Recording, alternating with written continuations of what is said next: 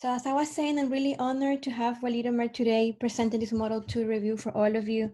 He's one of the excellent TAs in the program. He have been awarded for this all the time that he's been a TA in previous years, and we're honored to have him. He makes this Model 2 review with a great dedication and effort, and we know that you will learn a lot. Let us know if you have any questions, and Walid, you can start if you want. Thank you. Thank you very much, Alma. Thank you for the nice introduction. We'll always learn from you and your nice faculty. So I would like to welcome everyone to our review session today. I hope you enjoy it and you benefit from it. So should we start now, Alma, or should we wait for a few minutes? Wait, let's see. Let's get 2 more minutes. 2 more minutes? Yes. Okay, let's then give them 2 more minutes.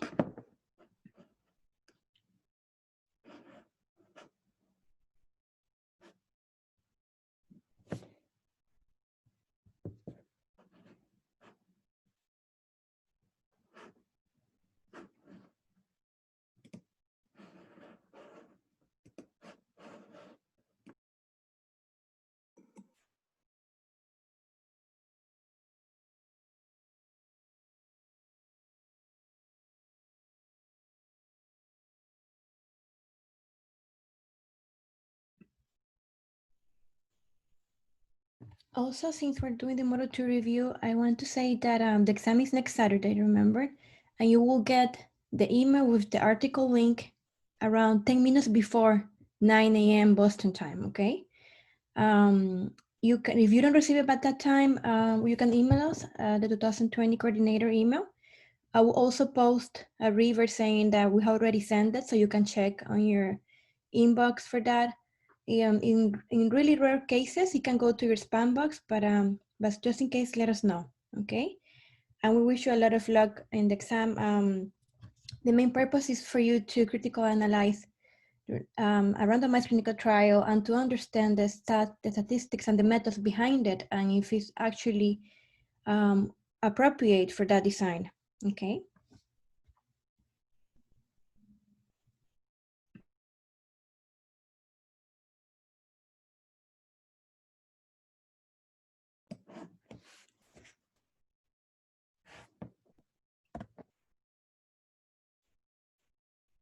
So I guess, Alma, we can start to save the time. We have a lot to discuss now today. Yes. So thank you, Alma. Thank you very much for the introduction. And yes, that's what we'll try to focus on today's review. So let me share my screen. Okay. I hope you can see it clearly now, everyone. You're not sharing right now, Walid. Okay. 1 minute. Okay.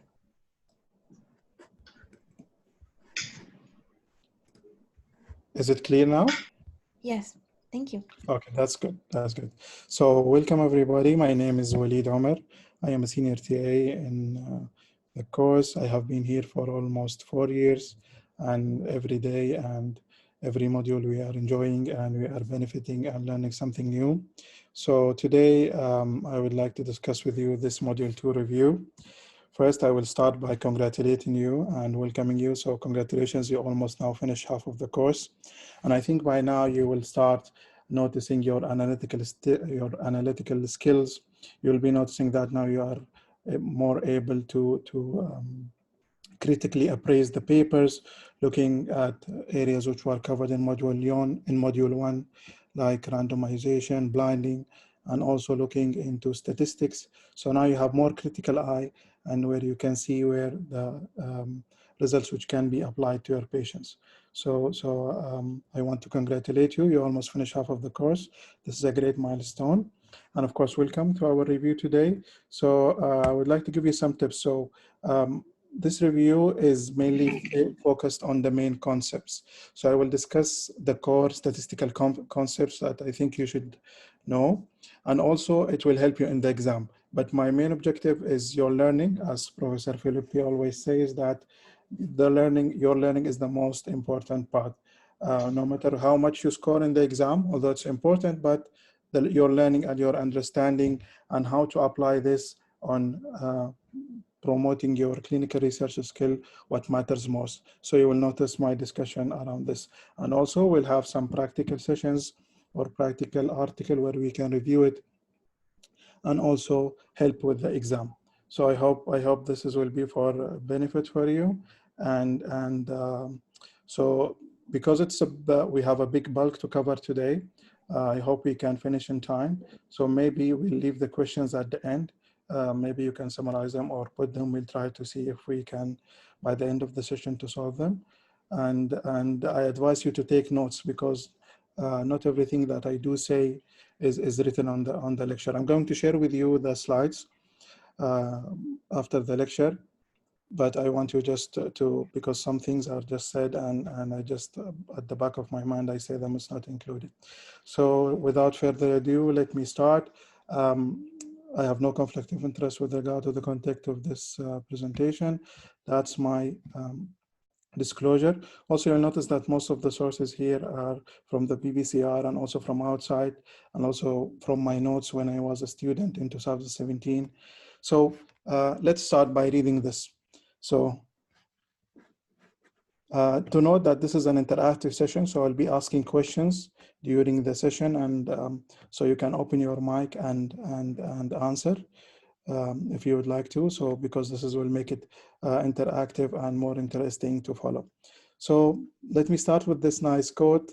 Statistics have shown that those who have most birthday live the longest. So we don't need statistics to show us that. You don't need statistics to tell you that you live the longest if you have more birthdays. So the question here is, why do we need statistics? Can somebody open his mic and discuss with us? What is statistics? Why are statistics important? Why are we studying statistics, going through all of this hassle, module 2, 5 or 6 lectures, going from, statistical tests, inferences, p-values. So why do we need them? Why do we need statistics? I believe that, can I say? Yes, please. I think, yeah. Yes, Thiago. Yeah, I think please. we need statistics to make decisions, like to make clinical decisions. So it can help us to change the medication, a new drug, or something like that. Excellent, excellent. So you want statistics to help you make inferences on the sample from the population. Let me say this in another word. Okay, so statistics is all about sample. So statistics means studying the sample. And as Diego said, we want to make some decisions or inferences on this sample with regard to your population. Because if you know how this drug works or you know how this drug behaves in the whole population, you don't need statistics. If you have information in the whole population, you will not need statistics. Statistics is about sample, and parameters is another type of study. Parameters is about population. So if you study the whole population, we call it parameters. If you study the sample, we call it statistics. So statistics about samples where you want to make inferences, you want to make decisions on this sample, or you want to withdraw decisions from this sample with regard to the whole population. Because you can never test the whole population. If you can test the whole population, then that's it. If you have information about the whole population, then that's it. But you want to test this sample so that it gives you information about the whole population. And we have two main types of statistics. We have the descriptive statistics and we have the inferential statistics or inferential statistics. Descriptive is what we use to summarize the data. So you use the data to summarize, you use this statistics to summarize the data. And also the inferential statistics, you use it to make decisions or make inferences or test your hypothesis on this sample so that you can infer it on the whole population. So the descriptive statistics are usually the basis of inferential. So you start with descriptive, and then these are the bases, and then you go into inferential statistics. So let us go ahead. Okay. So with that being said, we understand why statistics, why we need to know it, what are the importance of statistics. Just one more point I would like to add. So why don't we test only one patient or one subject, and then we apply the whole result to all the to all population, to all the population? So why do we need to test, for example, a sample? Why don't we just test one and just generalize the results? May I speak? Yeah, please. Yeah, so basically, as we know that if we are applying the statistics, we are actually getting the sample in order to apply for the population to see the effect. One patient, as I perceive, will not going to have all those characteristics, diversity, or the presentation of the population to apply on, because we Excellent. need to apply the results. It's not only to Excellent. study. Excellent, outstanding answer, Romy. That's exactly it. So what you said is because of variance.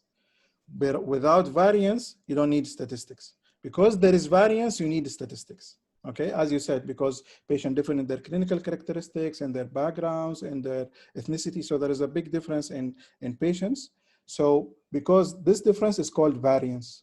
So without variance, okay, so sorry, because there is variance between subjects, we need statistics because each subject behave differently. So this is why statistics is important, because of variance. And we are going to speak about variance. It's just we are laying down the road before we continue.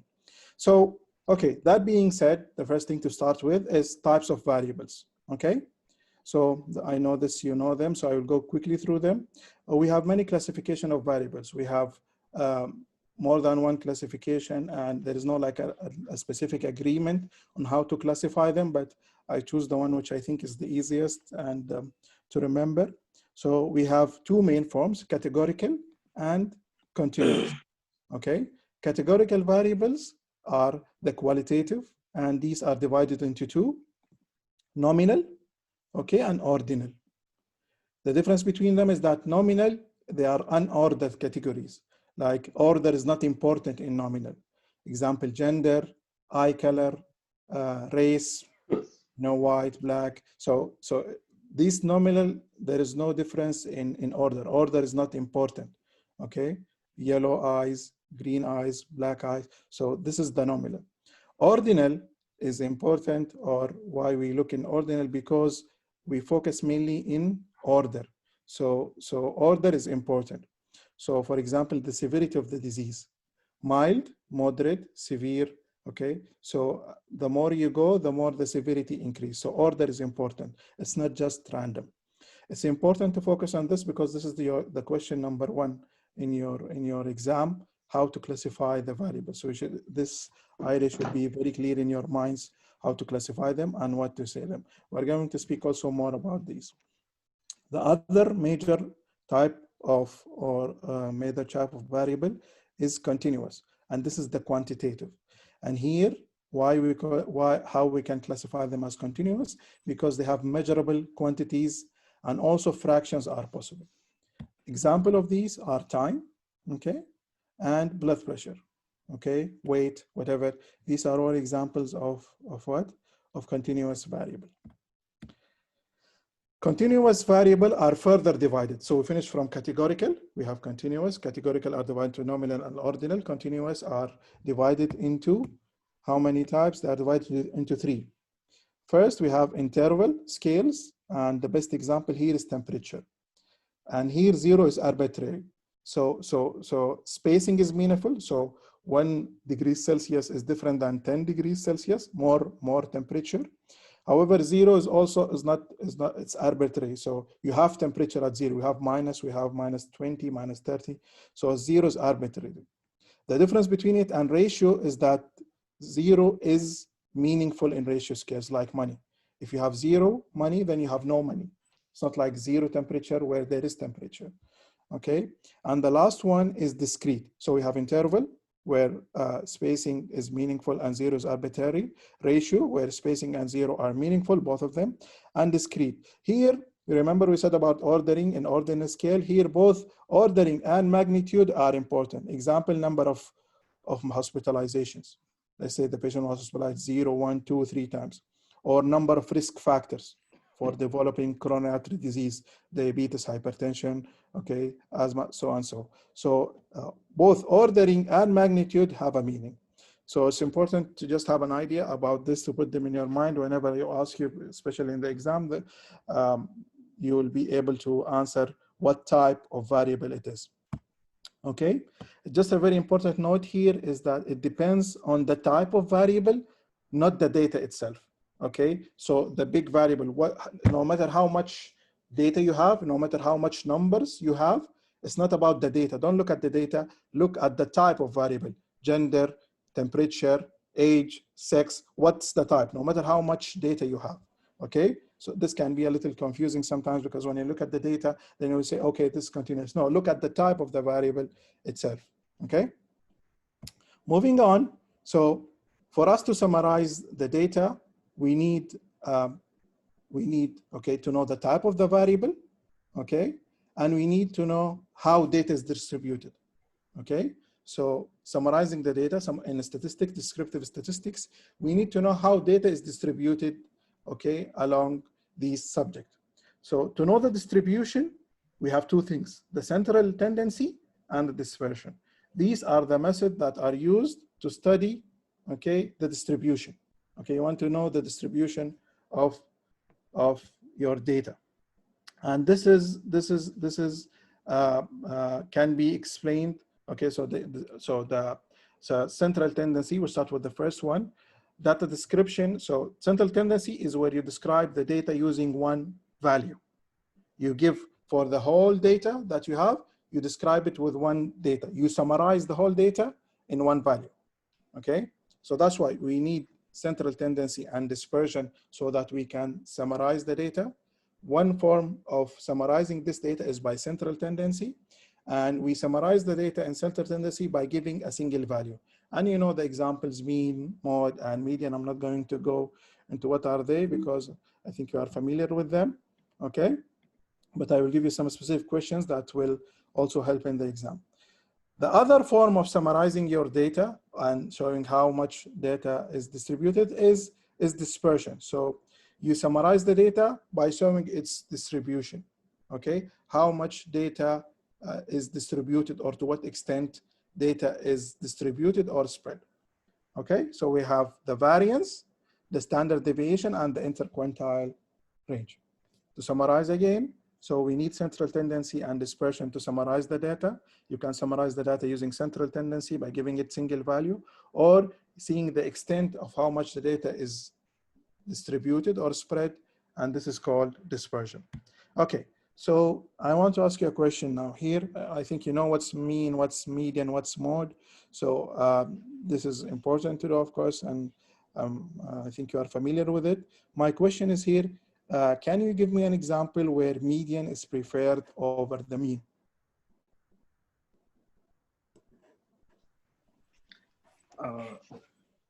May I speak? Yes, Romy, please.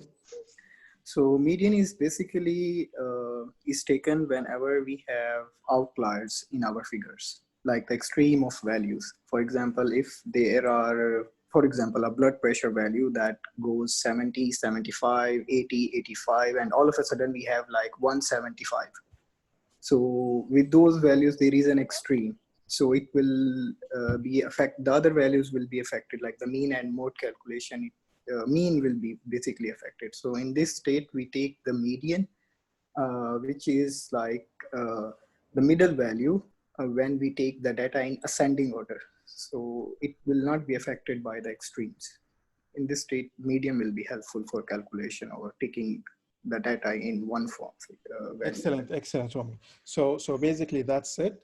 You use the median whenever you have outliers. This is the first answer, as Rumi said. Also, whenever you had skewed data. So when your data is skewed or not normally distributed, you use the median. Okay, median, you assign to calculate the median, you assign your data in order, not necessarily descending or ascending. You just assign them in order, and you take the middle value. The mean, you summarize all the data and you divide it by their number. Okay, so you summarize all the data and you divide it by the number, and the mode is just basically the most reoccurring figure or number in your data.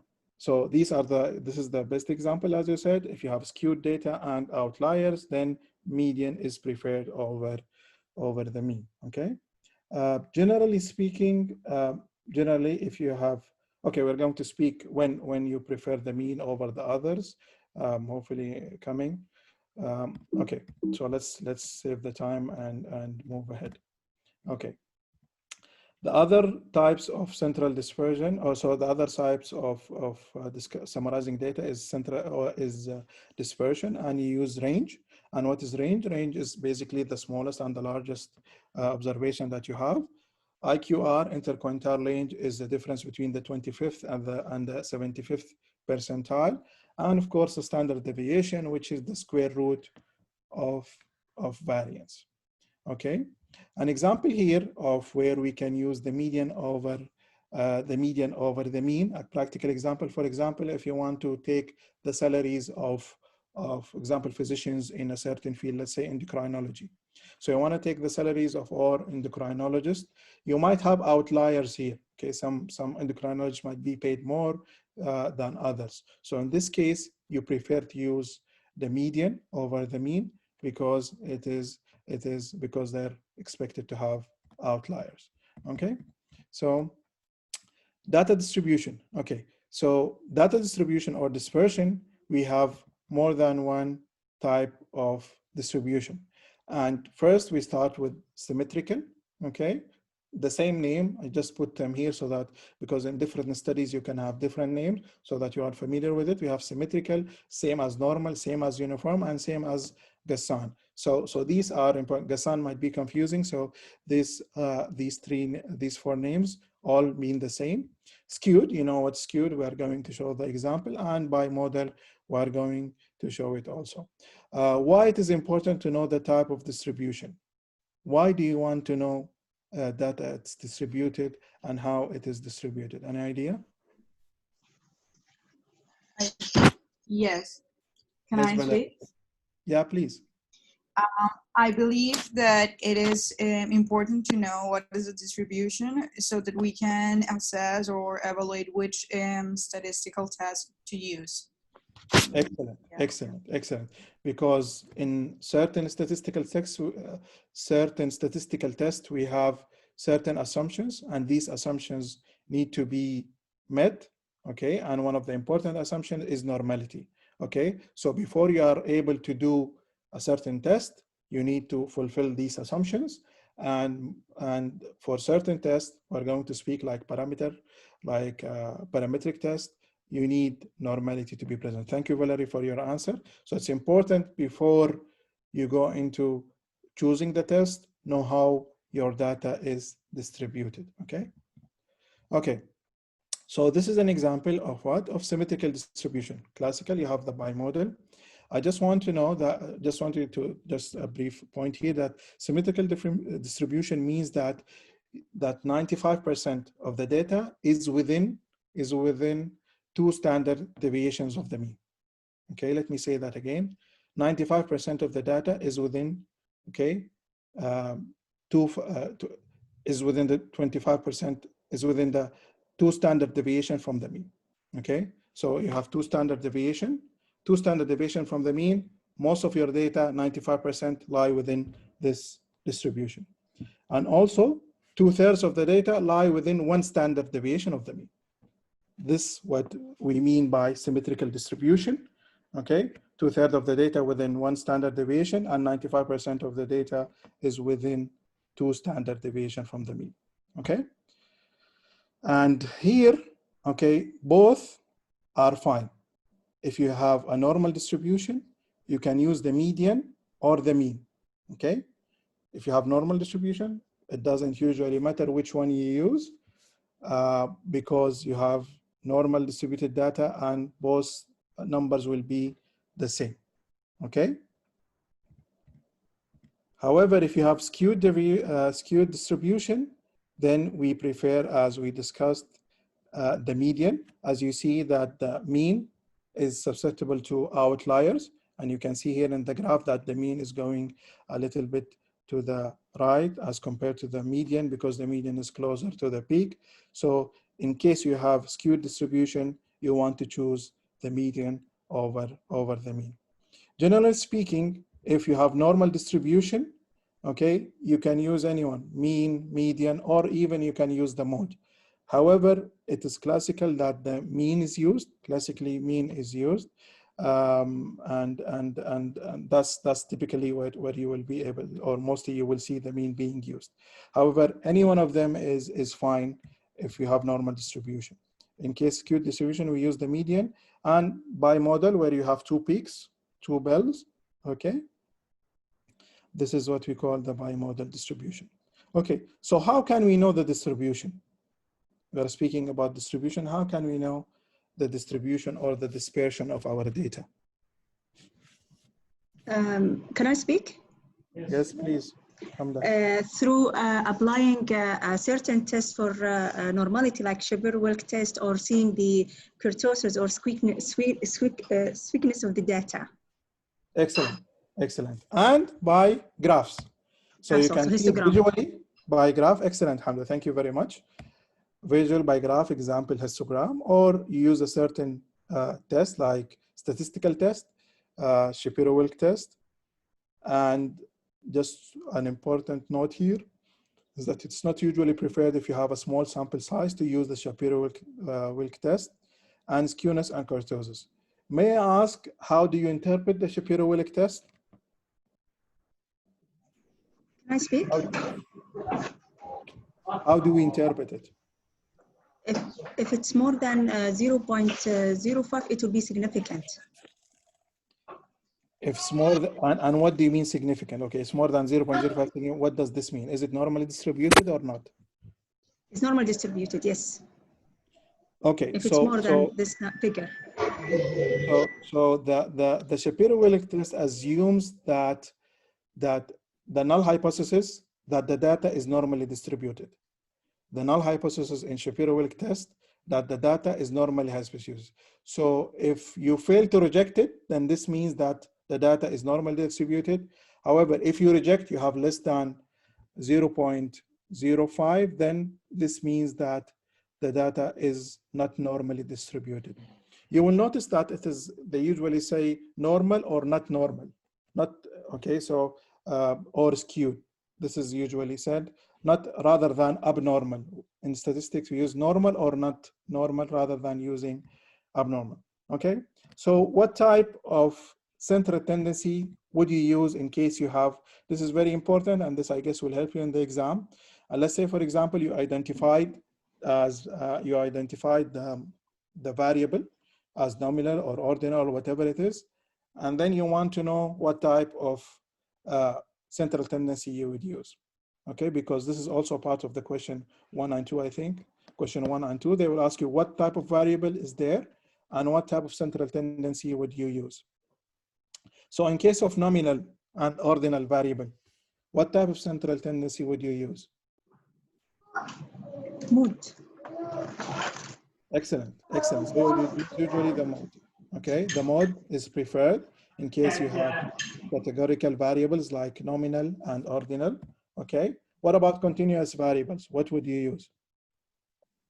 We can use mean for continuous variables. Excellent. Or median also. Sorry? Median also. Median, but if you say here, your answer, you should supplement it with something else. So you should say it depends on the distribution.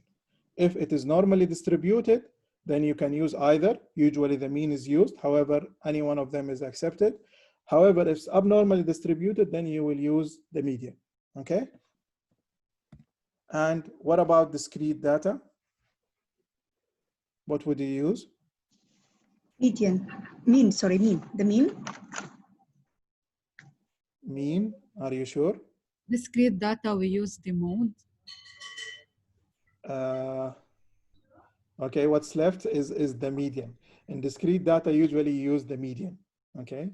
Use the median and the interquartile range. That's the best way to classify them. Okay, so nominal and ordinal, we use the mode. Continuous, as we said, it depends on the distribution. Normally distributed, anyone is fine. However, usually mean is used. And if abnormally distributed, we use the median. And in case of discrete data, we use the median, okay? Moving on, okay, it's very important for us to understand the difference between parametric and non-parametric test. And as our colleague mentioned, that's why we need to know the normality before we choose our test. And we have certain assumptions that need to be met before we choose our test. Okay, starting with number one is parametric test, and these parametric, we need to have these assumptions. So when you answer in the exam, for example, you find somebody who used the t-test, then your answer would be, for example, because there are two groups and the data is normally distributed and it is continuous. So that's how you justify that this answer is correct, or this statistical test is correct, and for this paper. So you will be given a paper, and you'll, for example, you found that ANOVA was used. So when you justify your answer, you will say, okay, do you think this test is acceptable for the question? Then you will say yes, because the data is normally distributed. And in case of ANOVA, we have more than one, we have more than two we have more than two groups, 3 or more, and we have a continuous variable. That's why ANOVA is the preferred test, and I agree with their choice. So you say, I agree, and you justify why do you agree. In case they use the non-parametric test, because, for example, the data is not normally distributed, and or, for example, you have a small sample size, or you have a categorical variable, okay? It's important to justify yes or no and why, okay?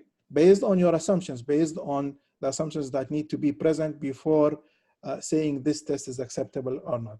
If you say this, then I think you will get the full mark, because you know why we use this test and why we didn't use the other one, okay? Moving on, parametric test and non-parametric, okay? This is a very important point here to note that usually parametric, as you know, is preferred because they are valid, and most importantly, they are more powerful and interpretable.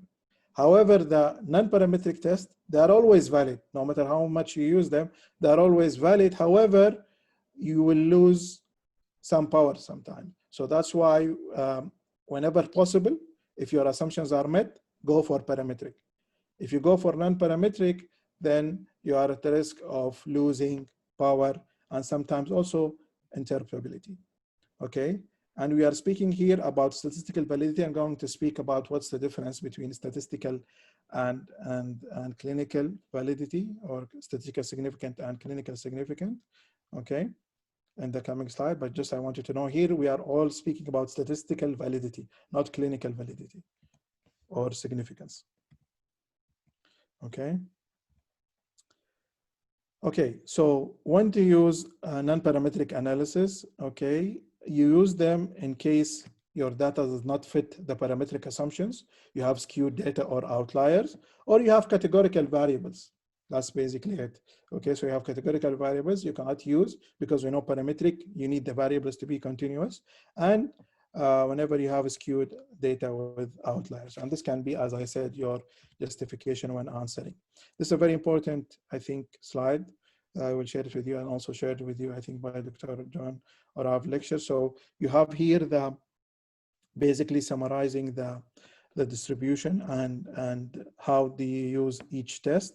I just want you to note, like, for example, normal base test is parametric, and the other is non-parametric. If you have normally distributed data, then the parametric tests are usually valid and their power is optimal, okay? So it's always best to use them if you have normally distributed data.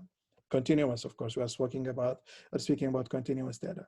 If you have non-normally distributed, then you look here. Is your sample size small? If small, then you don't want to use a parametric test. However, if your sample size is big, okay, then you can use parametric test by using what we call the central limit theorem, okay?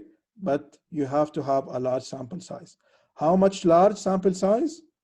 It is controversial between statisticians.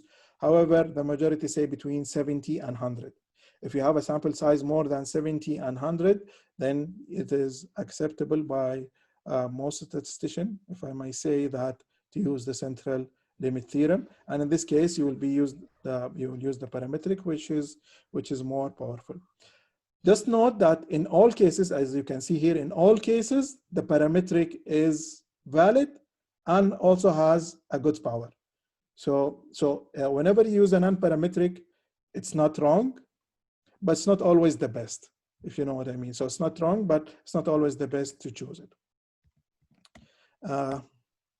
Okay, so what if you want to use parametric?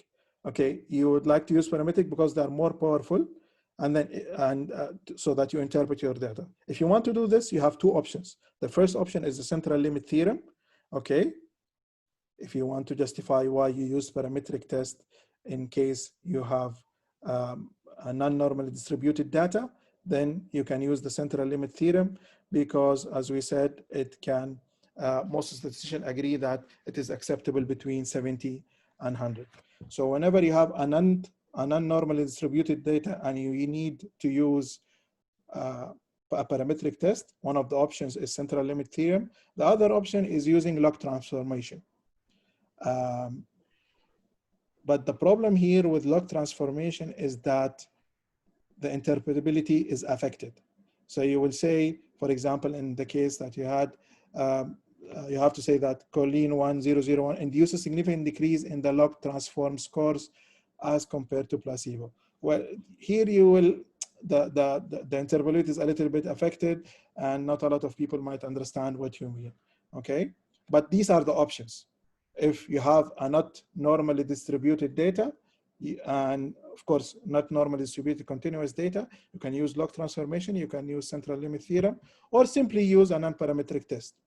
Okay, because they are always valid. Okay. I'm sorry, I'm not following the questions somebody is asking. I'm not following because, but at the end, hopefully we'll try to answer them. Moving on, categorical.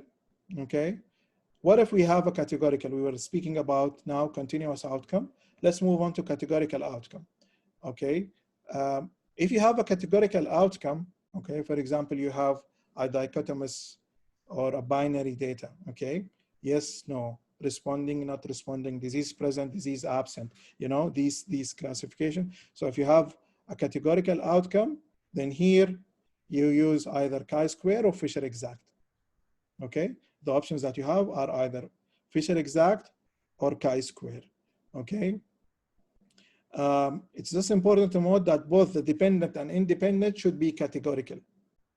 To justify using chi-square and Fisher exact, you need to have both the dependent and independent variable categorical.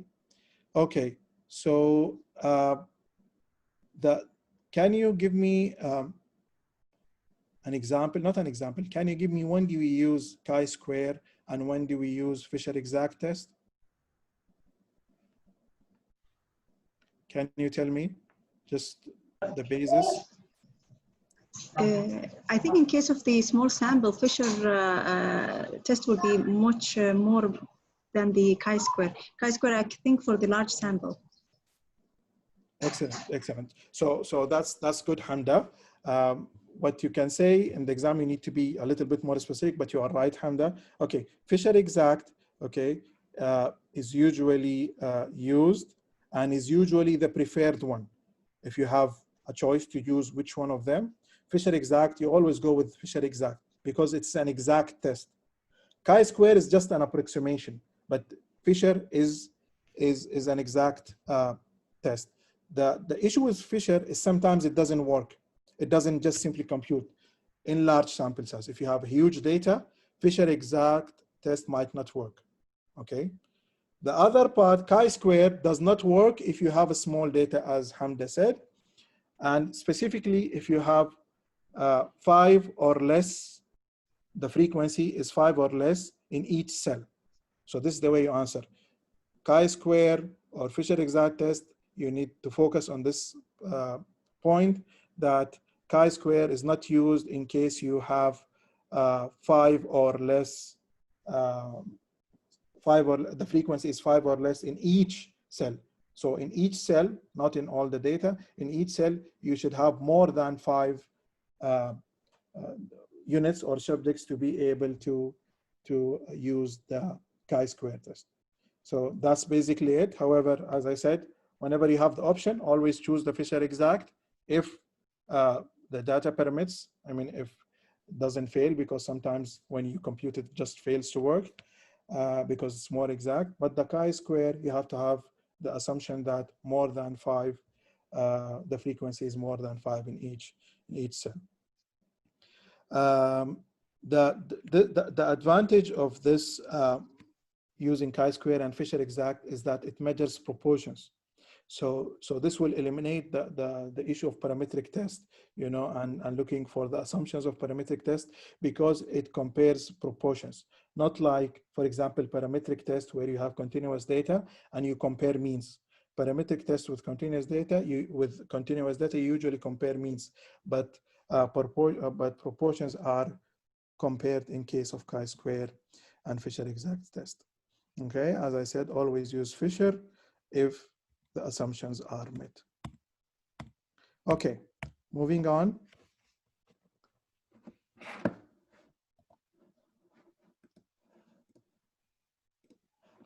Okay, guys. P-value. What is p-value? Can somebody tell us?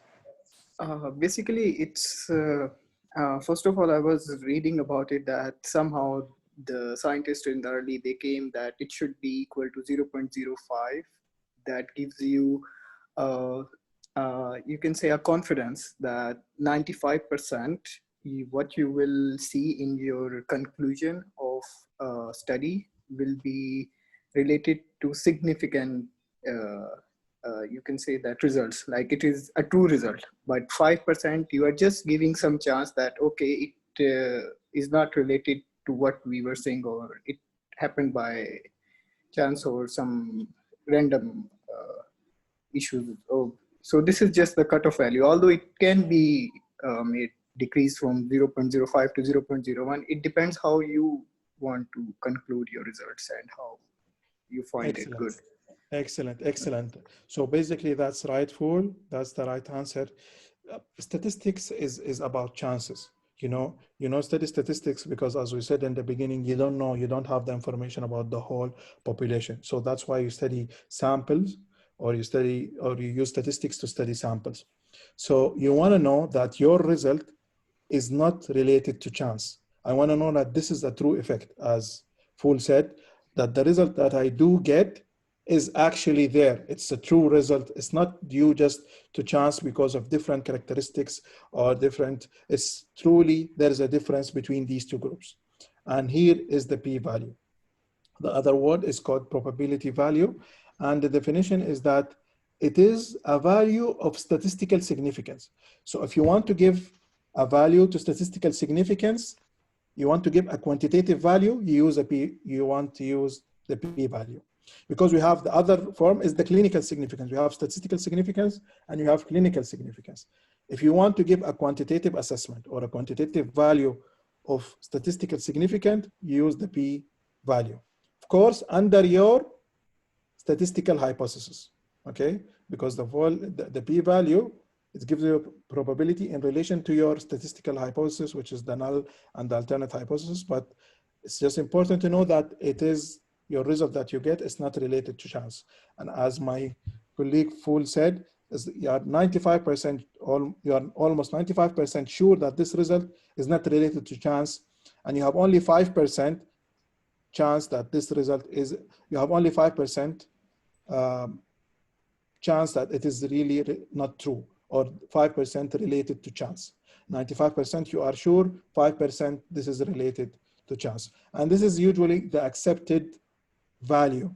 0.05 is the statistical significant value. You can go less than this. However, generally the scientific community accept 0.05 to take it as your cutoff point. So they know like 5% is the chance that this result is not true or this result is related to chance, but still it is accepted because you have a 95%, it is really, really true.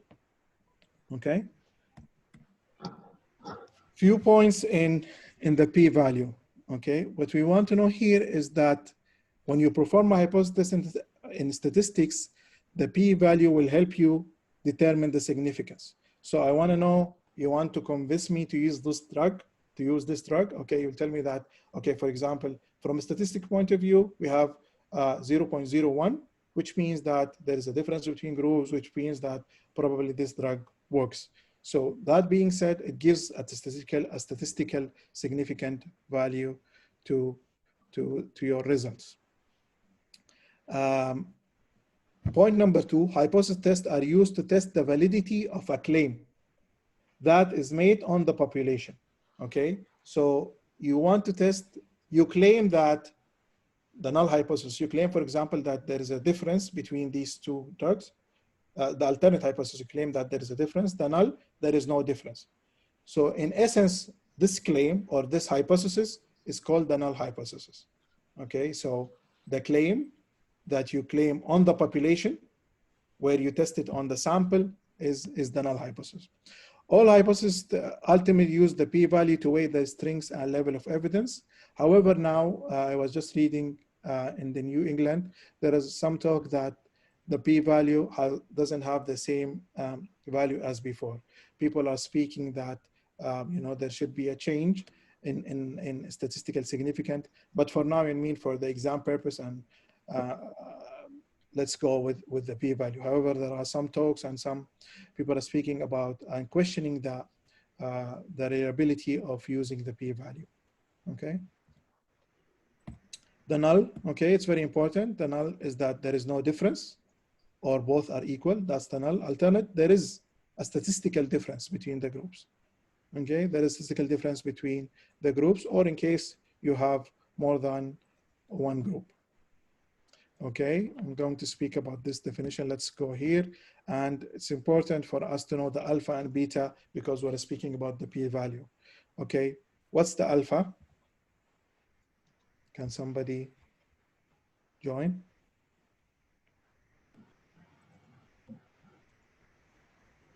Hello? Hello? Yes?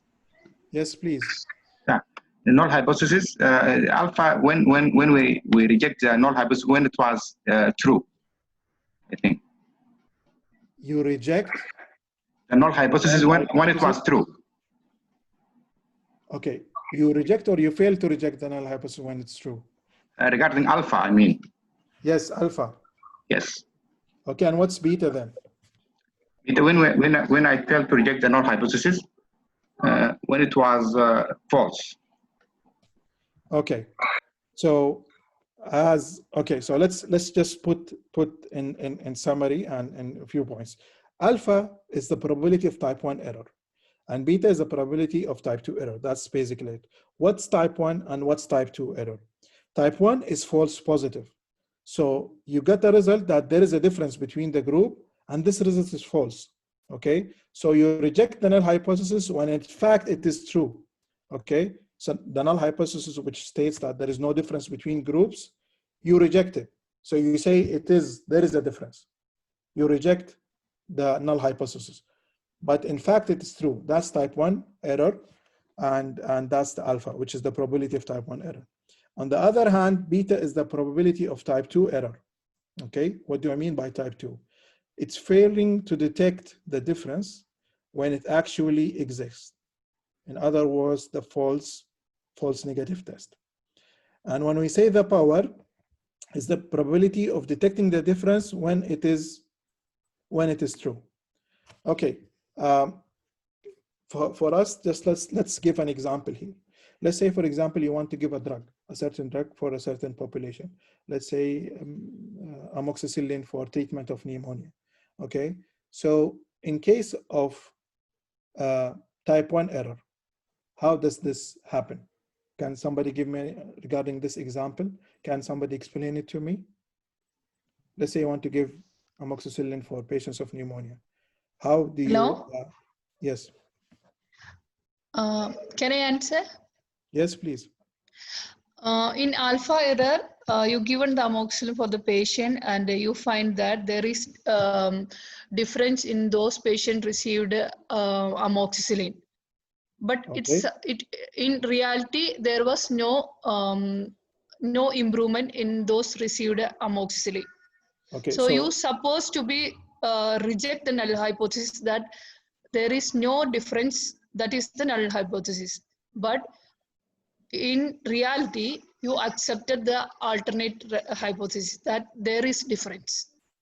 Excellent. I think that is the Excellent. Excellent. That's basically it. So you're basically saying that this drug works when in fact it doesn't work. Okay. So I'm just saying this drug is working in these patients, and in fact it doesn't work. Okay. And the beta, how can you, Nisia, how can you explain the beta in our example? beta. Type 2 or type 2 error? Type 2 error, false negative.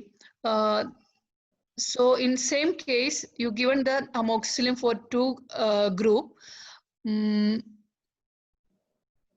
there was no difference, but Okay. you accepted the null hypothesis. Sorry, Okay. I lost. No. So it is, let's use another example because you cannot use for amoxicillin. Let's say, for example, erythromycin. You gave erythromycin. I will give the example, the one I remember from the picture. The one test is giving it is in the Google. One test is giving false positive. So this will be false negative. That means one pregnant lady and the test is showing she's negative for the pregnancy. That is the one I still remember about the beta. Yes. So she is pregnant, but the tests give you she's not pregnant. She's not pregnant. Okay. Okay. But in alpha, the male, the doctor is announced that you are pregnant. The male is pregnant, so this cannot happen. This is alpha. Excellent. Excellent. That's very good. Thank you, Nasifa. Okay, let's move on. I will ask you another question later. Just let's move on and let's speak about sample size. Okay, just because now of time we have also to discuss the practical example. I need to move on. Sample size estimation is very important, and I think it is question number 4 or 5 in your exam, and you need to know that there are certain things that affect the sample size, and there are certain things that increase or decrease. What increases the sample size is when you decrease the alpha. If you decrease the alpha, you increase the sample size, and if you increase the power, you increase the sample size. And also, if your effect size is small, then you need a large sample size. Basically saying alpha, whenever you decrease the alpha, you need more sample size. Whenever you increase the power, you need more sample size. And whenever you have a small effect size, you need a larger sample size. Why you need to do this? You are decreasing the alpha because you want to have less type 1 error, okay? And this is what we call the validity. You want to have a valid results. And you are increasing, number 2, you are increasing your power to have less type 2 error, okay? And also, in case you are looking for example, a disease with a small or a drug with a small effect size, you need to have a bigger sample so that you detect this small effect size. Okay, this is very important. What are the ingredients to sample size estimation? What do you need to have so that you can estimate your sample size? You need to look for these points. You need to look for the alpha, should be specified. Okay, so whenever you are checking the paper that is in the exam, you need to look, did they mention the alpha? They will say, for example, we aim at alpha of 0.05 or 0.02, but it should be mentioned so that you can calculate the sample size. Beta, okay, and the power. Okay, beta, basically the power, 1 minus beta. So you want to know, okay, is it 80%, 90%? Amor, ya hay frutica, ven. ¿Puedes traerme el cargador, please? And Natalia, can you kindly just switch on your mic? Thank you. And number 3 is the effect size. Okay, measure of variability and account for dropout rate. So you need to look out for these points in your sample size estimation or in the article that's given to you, or if you want to conduct a study, you need to provide these things so that you can calculate your sample size, or the statistician can help you in calculating the sample size. Alpha, beta, effect, measure of variability. We spoke about variance. You know, you have the standard deviation, variance, median, and interquartile. Standard deviation, range, interquartile range, and variance. These are the 4 measures of variability and accounting for dropout rate. Errors in interpretation, okay? So we spoke about the false positive, the false negative. Which is more dangerous?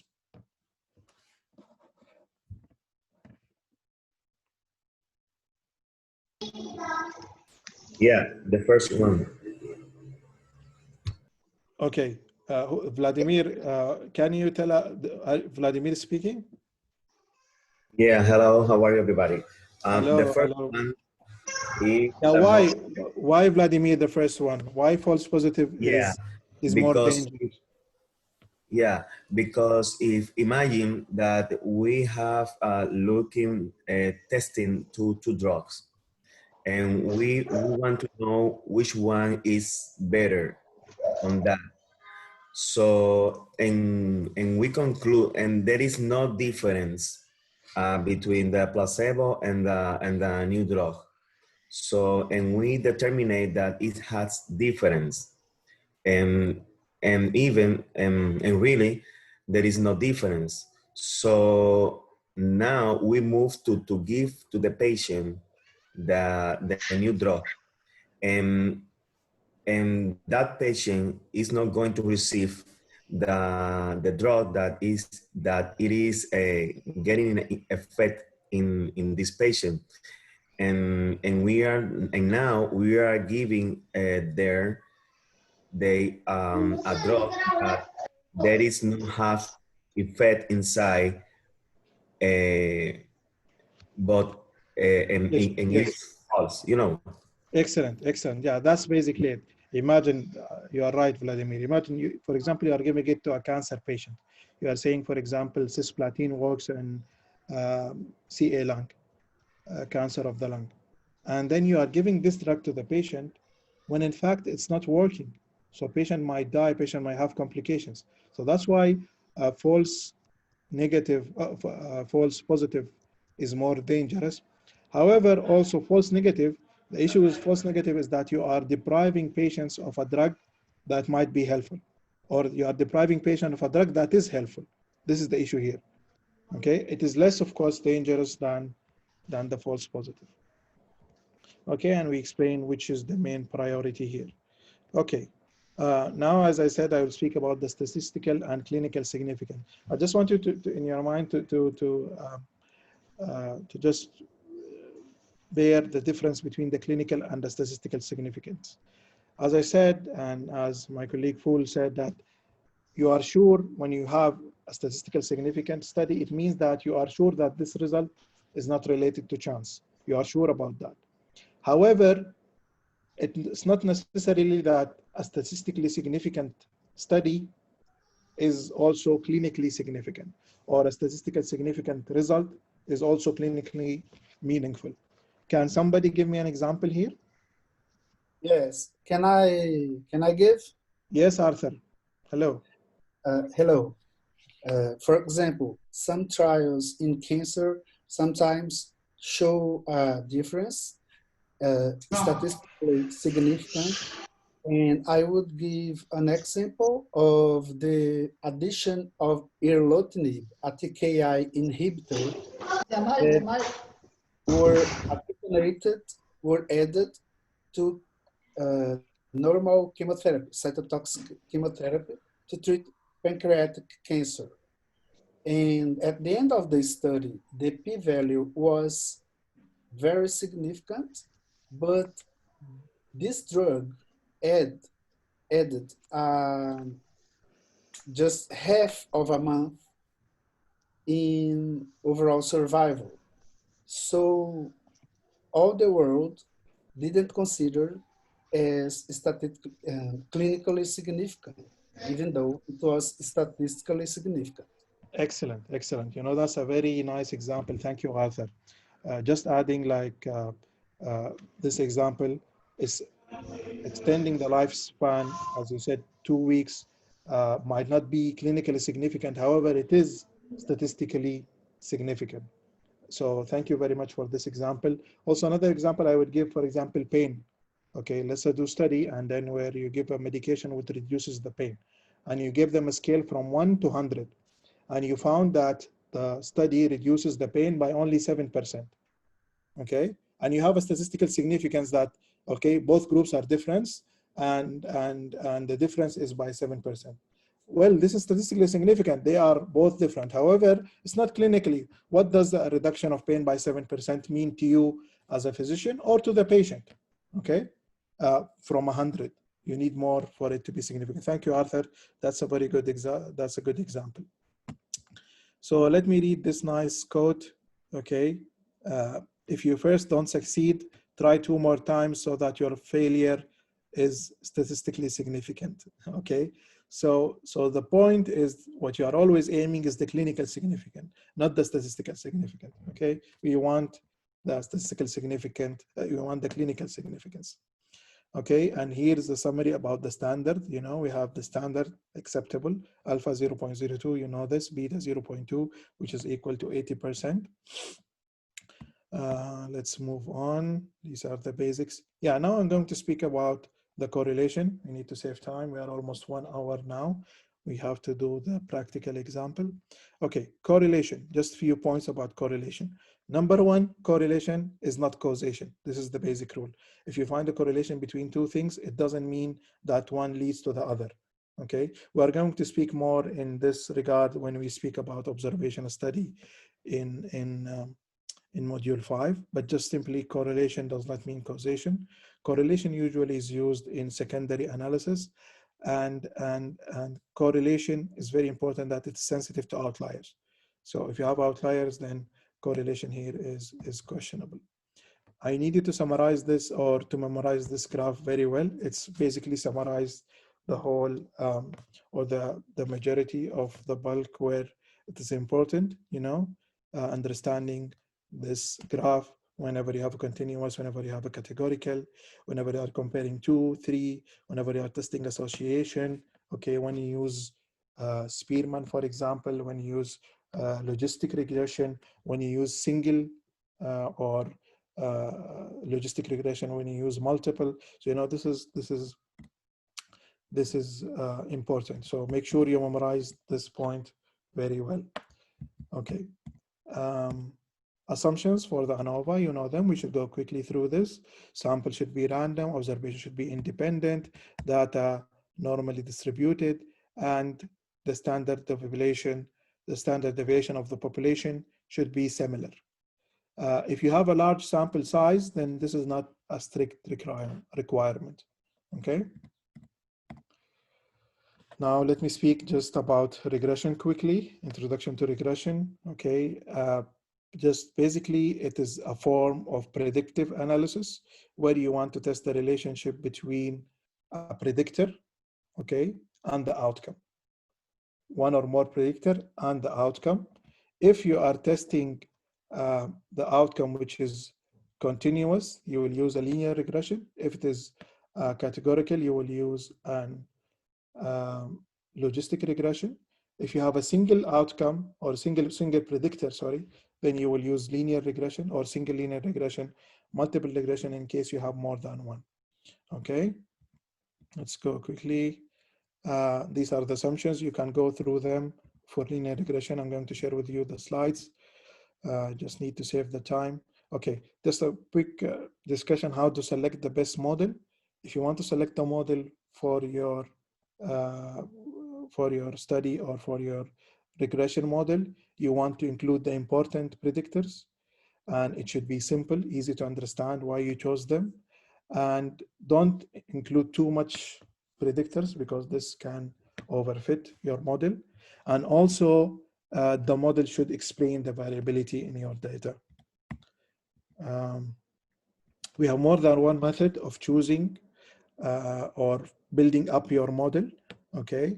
You have the forward and the backward. The forward selection is that where you include one by one. So you start with the predictor, which is most important. For example, smoking is more important for you. They included diabetes, then you included hypertension, slowly, and see if your model works or not. The opposite happens in backward, where you put all of your predictors, smoking, diabetes, hypertension, okay, elderly, age, whatever, all of them you included, and then you take slowly, one by one, the least important, and see if it works or not. Of course, all of them should be chosen on scientific background. This is the last slide about regression. The most important point here is that when you use multiple regression, you have certain advantages, and this you can include them in your justification. If you have a complex hypothesis testing, multiple regression is good. If you are assessing interactions, more than one interaction. Also, if you are, it's good for controlling of confounders. We are going to speak more about this maybe in module 5, just to have a quick idea about this. So by now, I think we finished the main review that I wanted to say. We're going to speak about the practical example. These slides, I'm going to share it with you, are basically my notes when I was a student. You can go through them. It just summarizes the points for me. Okay, these points 1, 2, 3 till 14. Okay, you can go through them. I hope they are of help. Just I want to note here, point 12 and 13, is that underestimating sample size is an issue, and also overestimating sample size is an issue. You want to get an adequate estimation, because underestimating, okay, you are at risk of type 2 error, okay, because you will be rejecting an intervention that actually works. So you are at great risk of type 2 error. And also overestimating, you are exposing patients to unnecessary risk, especially if the drug doesn't work. So both of them, under and overestimating, are an ethical concern. Okay. Okay. I'm speaking a little fast. Maybe I just wanted to save the time. Please slow me if you think I'm speaking fast. Now we have the practical example. What I will do is share with you the link. Okay.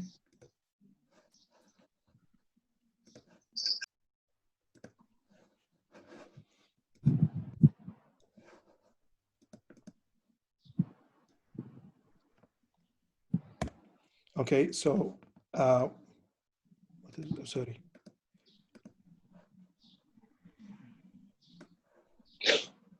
Okay, guys. So this is the link for the article.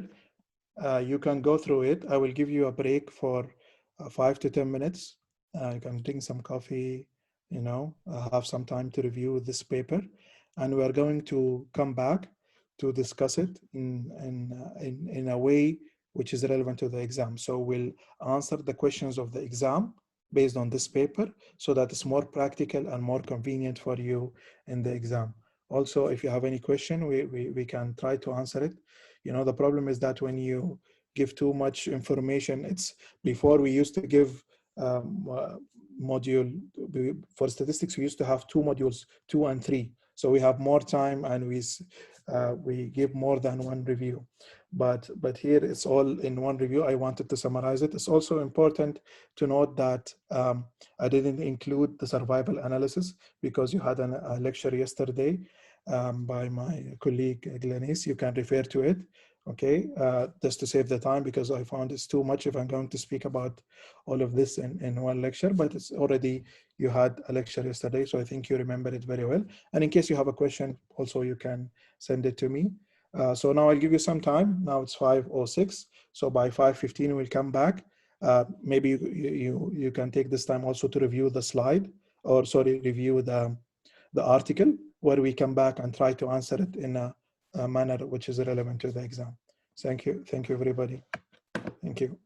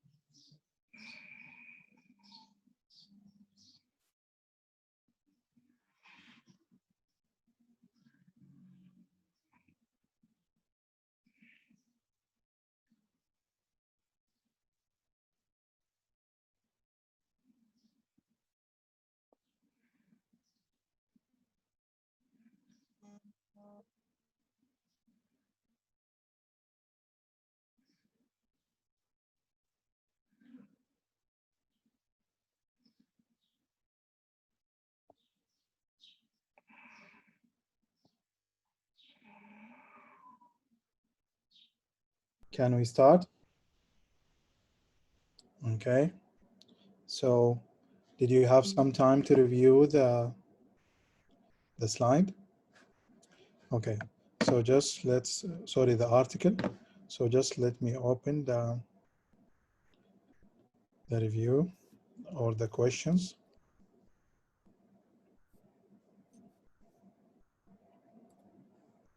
Okay.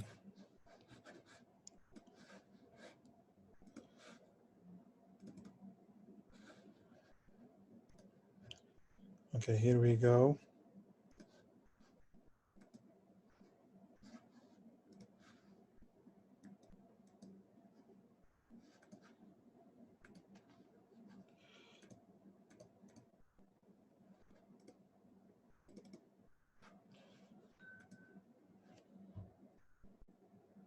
Okay, so I guess you had some time to review it. Okay, so this is a recent article last month, published in New England Journal. So I thought it can be help us to make a practical example, so that I hope this help you in answering the exam. So what about question 1? I would like that all of you participates if possible, or at least some of you. So what about question 1? Yes. And Sergio, the independent variable for that case, I think is the use of the group of placebo or hydroxychloroquine, the intervention group. And the dependent variable, I put the detections with laboratory or with some symptoms of COVID. They use an American, some kind of, I missed that point.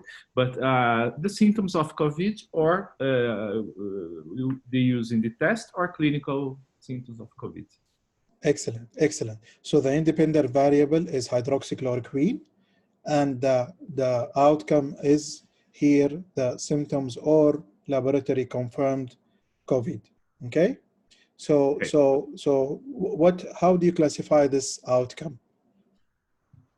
What type of variable do you think this outcome is? Independent is categorical, binary. Excellent, excellent. That's a very good answer. Thank you. So it is a categorical binary. Binary is, by the way, nominal. It's a type of nominal. So it's a categorical data, and it's a binary because you have disease, no disease. Okay, yes, no. You have a dichotomous outcome, either yes or either no. Either there is a disease or there is no disease. So this is a categorical, and to be more specific, to get the highest mark, if you say this is a binary categorical outcome. Okay, excellent, excellent. Thank you very much, Sergio. Sergio, you were saying? Yeah, thank you, Sergio. Okay, you see, it's just simple and straightforward. Okay, what about then question 2? Who can help us? Can I ask one thing before we go to the question 2? Yes, yes, Myra. Yes, I would like to, because as far as I understood, the dependent variable, the outcome is categorical, but we also need to know what is the if the independent variable, we need to classify also, right? So yes, yes. So both of them are categorical, right? So the hydroxychloroquine, yes, no, okay. This is also a categorical outcome, yes. But basically, I think the question, I'm not sure, maybe Alma can correct us here, but I think usually what they say about classifying the variable, they mean the dependent variable, which is the outcome, okay? But you are right. The question here is asking about both. So if both, yeah, we say both of them are categorical. Okay, thank you. Thank you, Myra, for raising this issue out. Thanks. Okay. Just like in the example here in the paper, it's written that, okay, the primary outcome is the incidence of either laboratory or compatible COVID-19 symptoms. Okay, so either just, you know, you need to look through in the paper that this is a binary outcome because either disease present, disease absent. Okay, this is what exactly they are looking for. Does this drug protect against COVID or not? Yes, no. Okay, that's the basically what the researchers are looking at. Okay, so what I want also to highlight here is where to look. Primarily, all of or most of the questions here, you look in the methods section. Okay, methods section, they say is the methods section is where the science is. Okay, and in these questions, the majority, if not all of them, you will find them in the methods section. However, you just want to have a quick look in the abstract to understand what's going on. And the exam, you have a short period, 45 minutes. I will just have a quick look. That's my tip for you. That's one of the tips.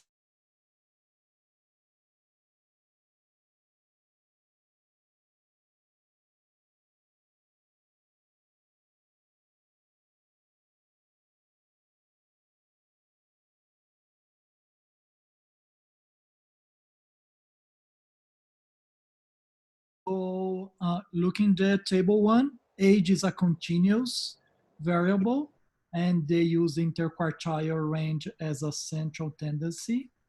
Okay. Do you agree with this, Thiago? Yes, I think it's agree. Maybe in this study they have like outliers, so they preferred to use like the median. Okay, but you have the age already next to it, Thiago. You have 33 to 51 and 32 to 50. You have it next to you. But yes, you are right.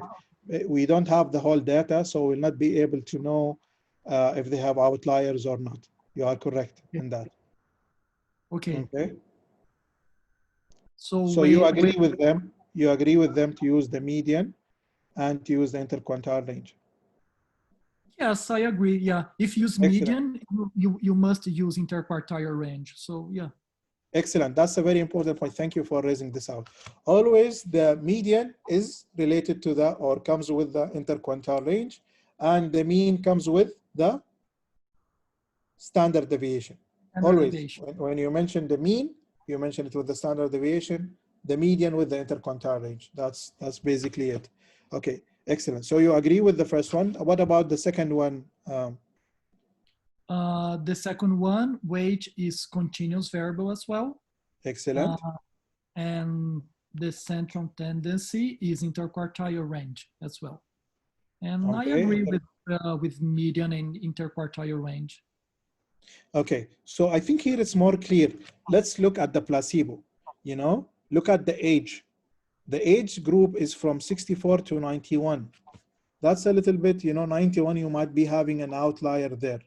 Okay, so I think it is here justified, totally justified that they use the median and they use the interquartile range. Let me ask you something. But if we have outliers, yes. Is it included in the interquartile range? Because isn't the interquartile range the difference between the first quartile and the third quartile? So I think isn't the outliers going to be out of this range? It's the difference between the 25th and the 75th quartile. Yes. So the outlier is going to be out of this range, right? Yes. The outlier. That's why they are good. That's why it's always good to use the median and the interquartile range in case you are looking for in case you have outliers. Okay, thank you. Okay, and one more point. Thank you for asking. The median is 50%. So the median is actually 50%. The interquartile range is 25 and 75. So you have 25 percentile, 50 percentile, which is the median, and the upper limit of the interquartile range, which is 75. 25, 50, and 75. Okay, so and maybe, what about the last? Sorry? So maybe like in the hydroxychloroquine group, and maybe like we have one patient with 100 kilograms, right? Okay. Maybe, yeah. Sorry, I didn't get your question, Thiago. So maybe in the hydroxychloroquine group, we have a patient that weighs like 100 kilograms. No, or no, you 200 don't. kilograms. You see in the graph, it's clear that they put the range. You look at the placebo, there is the average is they use the median, which is 76. But they put for you the range is from 64 till 91. Can you But see it? Yeah, yes, I can see it, but isn't No, you this don't have like 100. You by don't have range? 100 because all of the patients are included.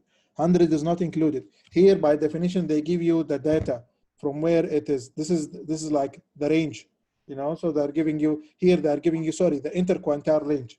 You know, the But 25th. isn't the interquartile range the 25th percentile, between the 25th and the 75th? Yes. percentile? So the 91 is 75. Yeah. Okay. Your question is that maybe there is 100 beyond this. Yes, you are right. Sorry, it's my confusion. Yes, you are right, Diego. Maybe there is 100, 102. Yes, you are correct.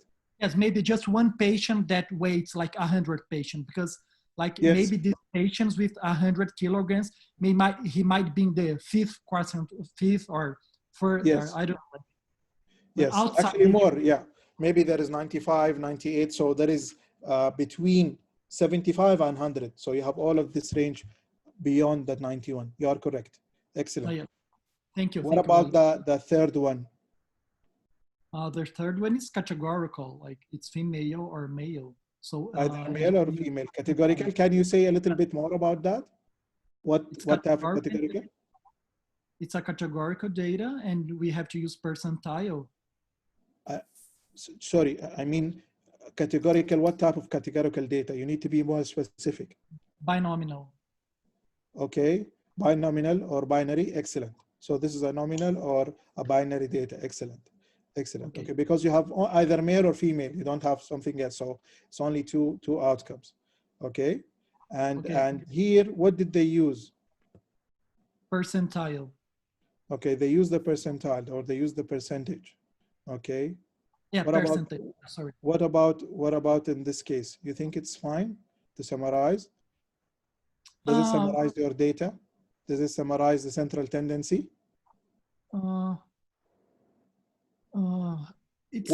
What did we say the best method for using nominal data? I think it's percentage, right? Yeah. So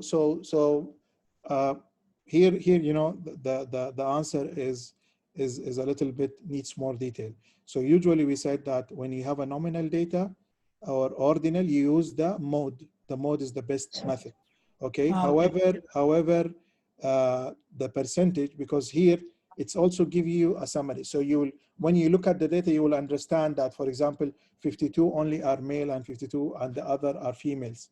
Okay. So it's also here acceptable to use the percentage here. Okay. Okay. Thank you.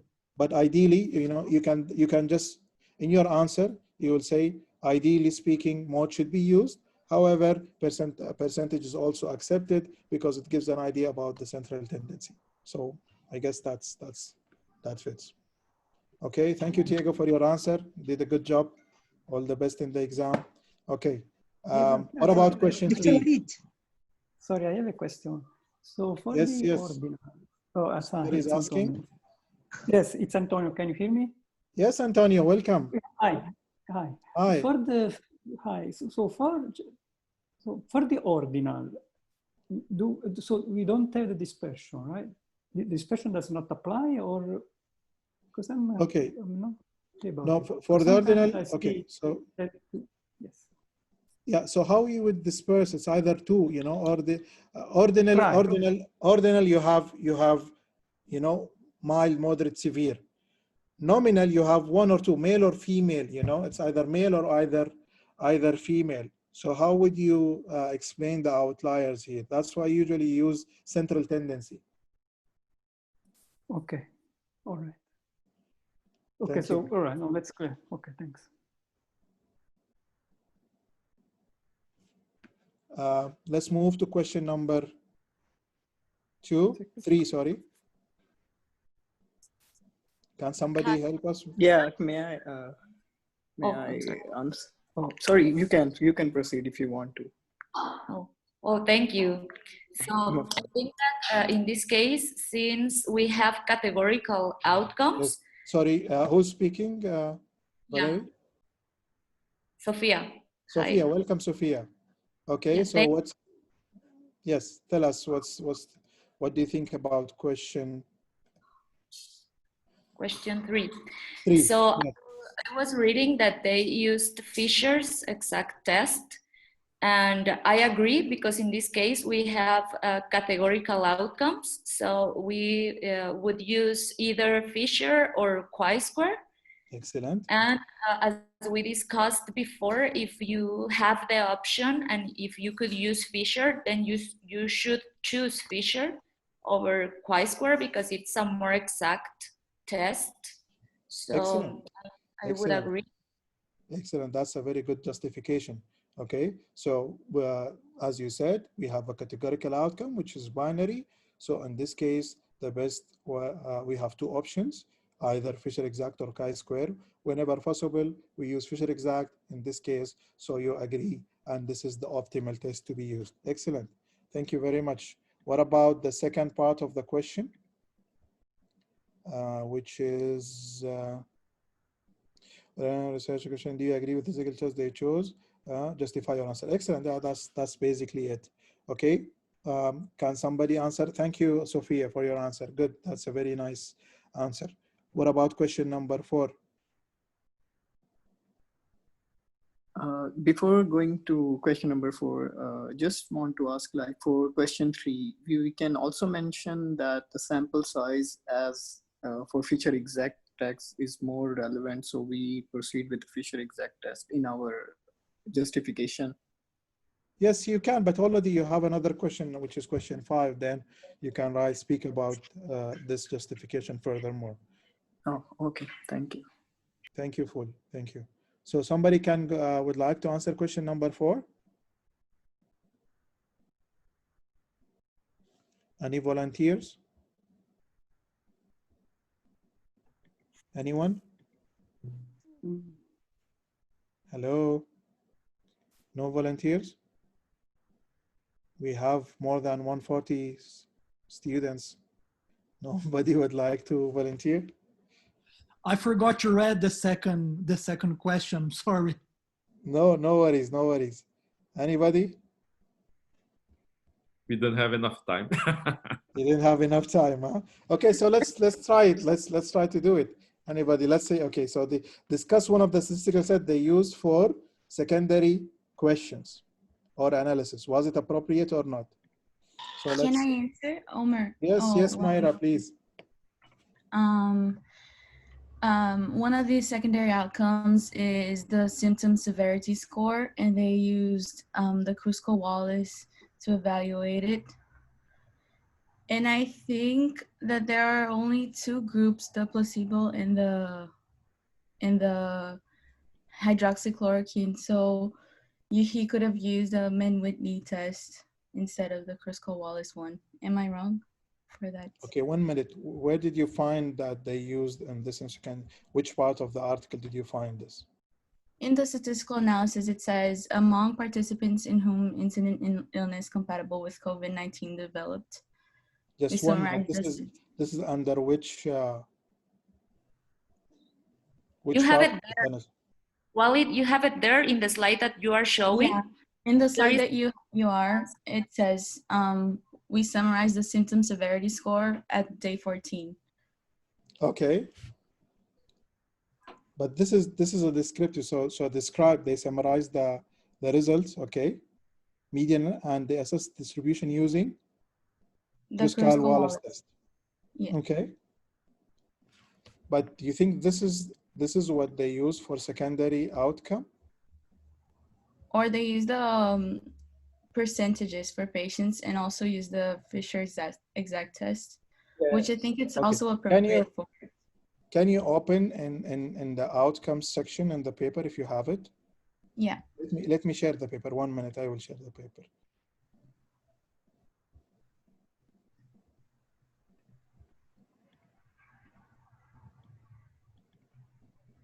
Okay, can you see it now? Yes. Okay, so let's say this is, as I said, always focus on the method section. you have the trial design, the intervention, the outcomes. You see the outcomes here. They mentioned the primary outcome, and they came here into the secondary outcome. Secondary outcomes are included, okay? Here they spoke about using it, okay? So did they mention about anything about what test they use or how did they use the analysis on it? Yes, for hospitalization, they said they use the Fisher's exact test. Okay. And I agree with that because it is a binary outcome. And so a categorical outcome. And so if you can use the Fisher's exact test, it's going to give you an exact value. So Okay, so 1 minute. You know, the number of hospitalization, this is regarded as what? As binary? What type of outcome is the number of hospitalizations? It would be continuous, right? Continuous, right. You all agree on that? Discrete. Yeah. This is continuous, and to be more specific, this is a discrete. Okay, so the number of hospitalization is continuous, and to be more specific, this is discrete because both ordering 1, 2, 3 is different than one having 1 admission is different than one having 5 admissions, and magnitude because the number of admission also differs. Okay, so let's say I can see where they mentioned that they use the Fisher exact for this. Okay, but let's assume that you are correct that they used the Fisher. Do you agree with them in this, since this is a continuous outcome? No, it wouldn't be correct if they It wouldn't be use the correct. Fisher's. Excellent. Yeah. That's why we came to the point that it's very important to identify correctly the variable. If you correctly got what the variable is, okay, then hopefully the rest of the questions will be easier because you know what's the variable and how to interpret it. Okay? Sorry. But in the statistical test, they say they use the percentage for each secondary outcome. Yes, so that's if what they we're use. if we're using percentage, wouldn't the Fisher's exact test be correct for that? If you are using percentages, so the Fisher exact usually compares proportions, you know, proportions 1 to 2 or the chi-square. Okay. However, in this case, they use the incidence of the PCR confirmed. Okay. So that's the idea. Scores ranges from 0 to 10 based on severity of symptoms. So they are taking ordinal values for severity. You know, you can choose any question, any of the secondary outcome, just provided that you justify their use. Okay. Sorry, can I ask a question? Yes. Hospitalization in this case wouldn't be like mortality, binary outcome? No. Number of hospitalization is not mortality.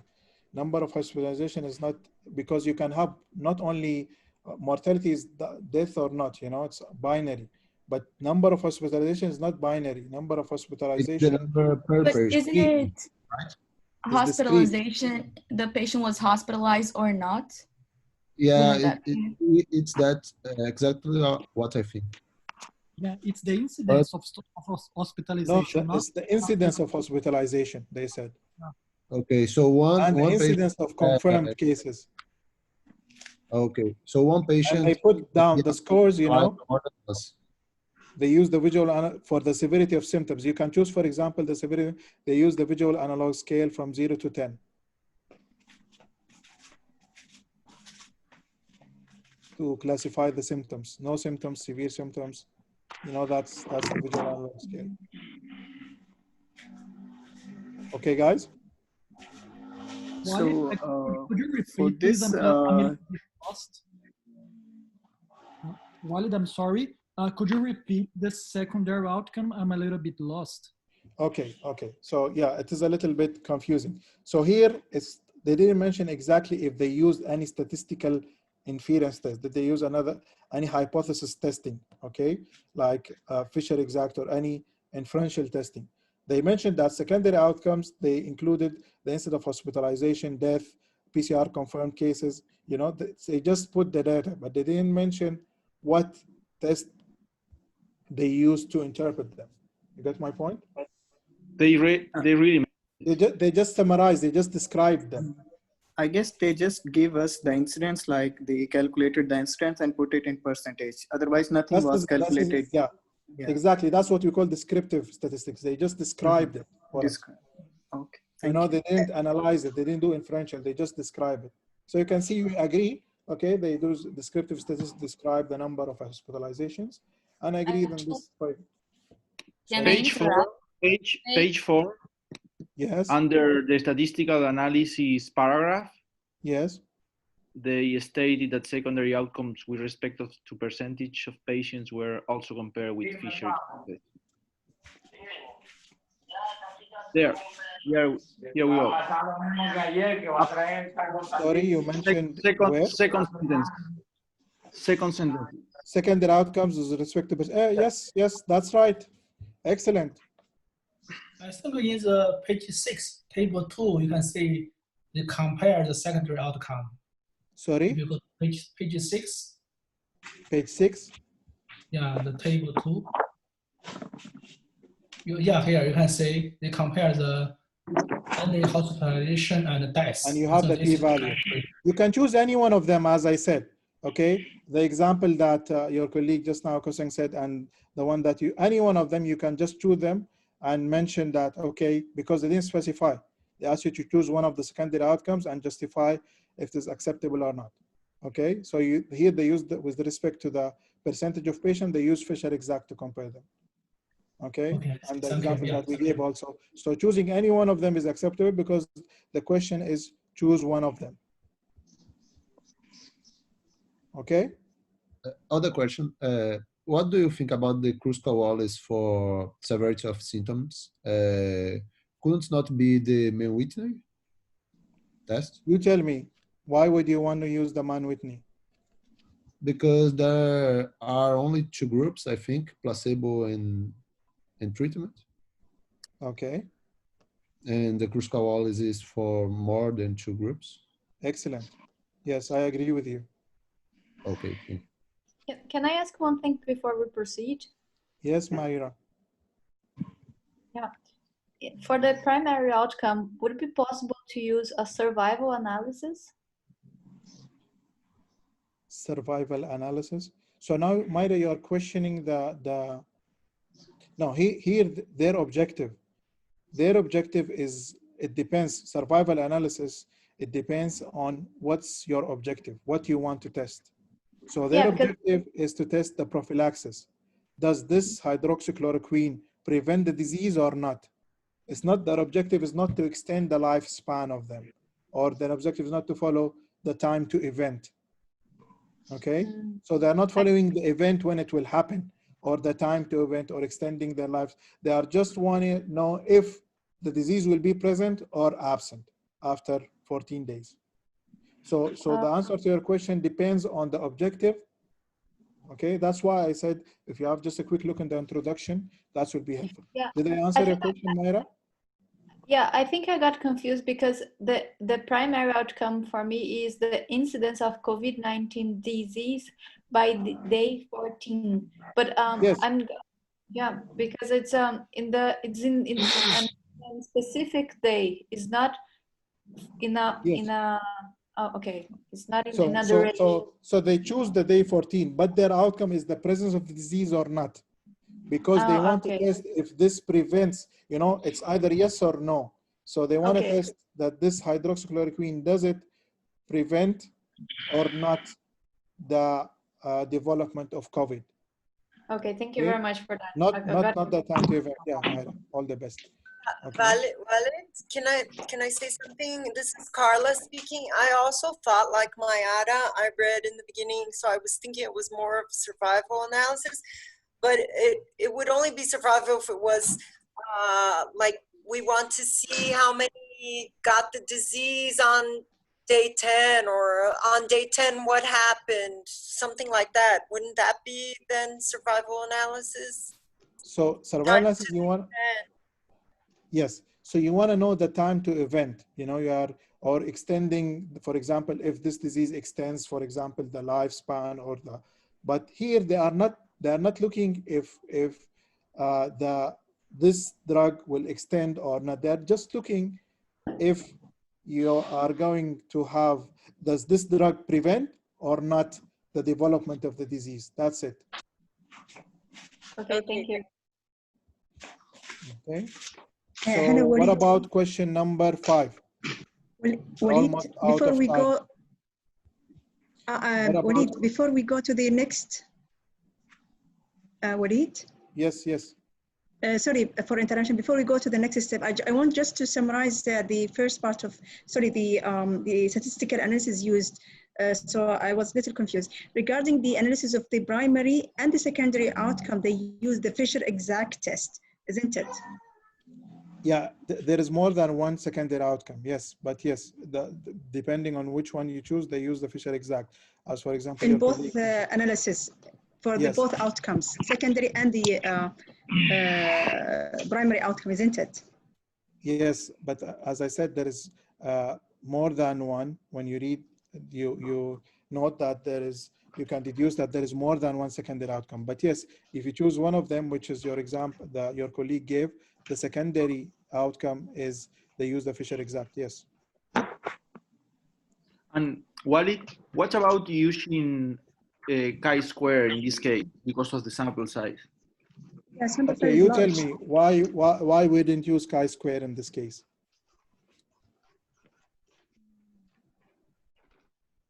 No, I need your help on that. Okay, okay. So why we didn't use chi-square? Because we said whenever you can use Fisher exact, use Fisher exact.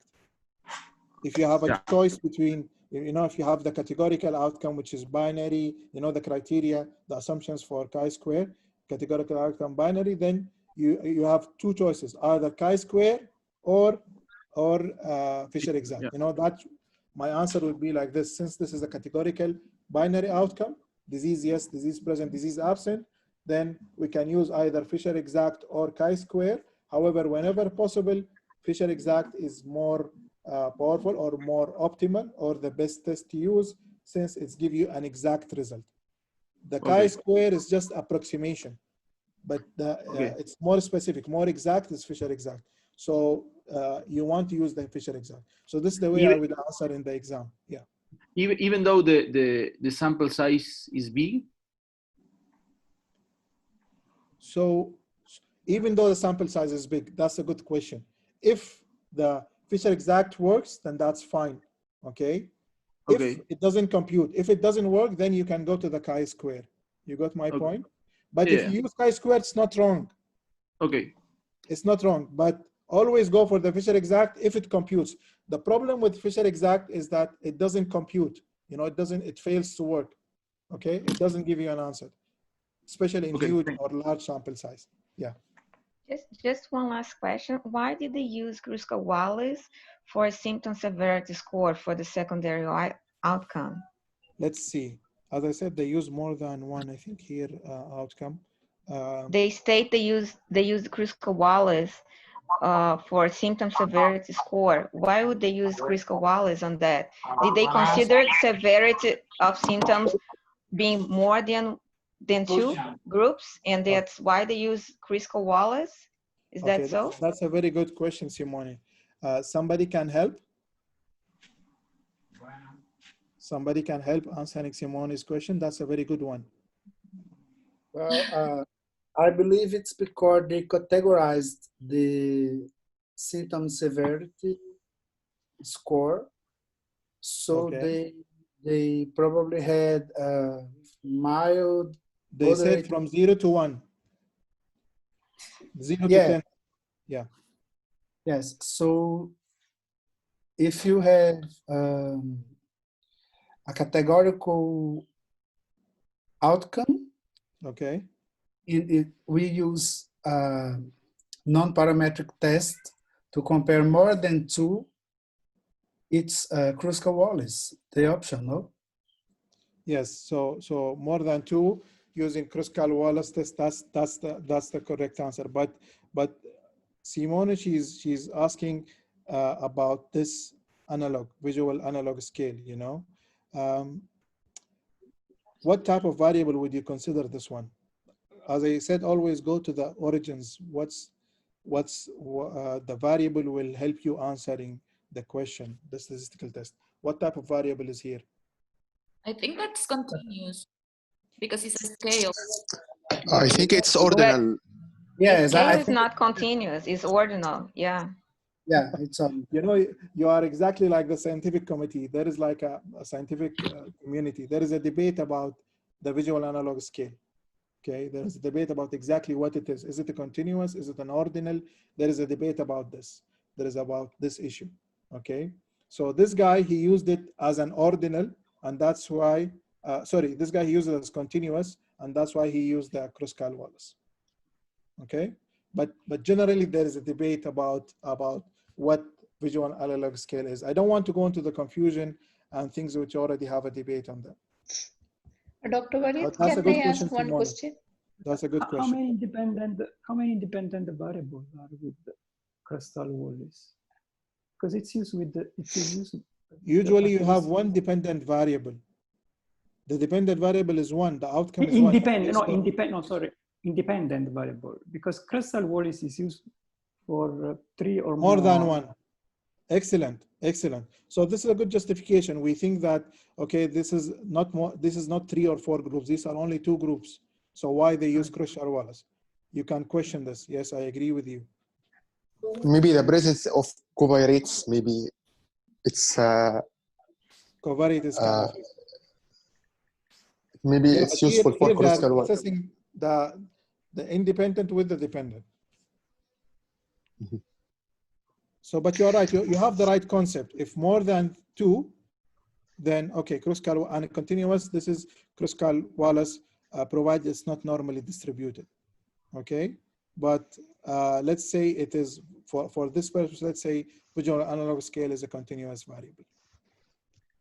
Dr. Walid, can I ask one question? Yes. Regarding the Fisher extract, if you said the sample size is 7 less, we will use the Fisher extract. And if it is working, it will give the answer. So that means if I run now and it's not giving the answer, later I will try also, there is no chance to get the answer. Another person will try with the same sample size, he should not get the answer, right? Yeah, so it's a mathematical test. It's a formula mathematical test. If you apply it, you input the data and you apply it, and it doesn't work, it doesn't compute. The computer doesn't give you the result. Okay, basically the test fails.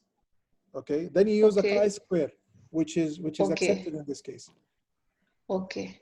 So the maximum, there is any maximum limitation to there is accept no like the Fisher? maximum. I haven't heard about a maximum number of subjects where you use Fisher or chi-square, but generally always go for Fisher. If it fails, then you go for chi-square, or it fails to compute. Okay, thank you. Now clear. Juan, do you want to add something? I see Juan is here. Juan Carlos? Maybe he's not. Walid, I just had a question. This is Marlon. Yes, Marlon, please. Just for the secondary outcomes, we said that the number of hospitalization is a discrete variable, which is a continuous data. Yes.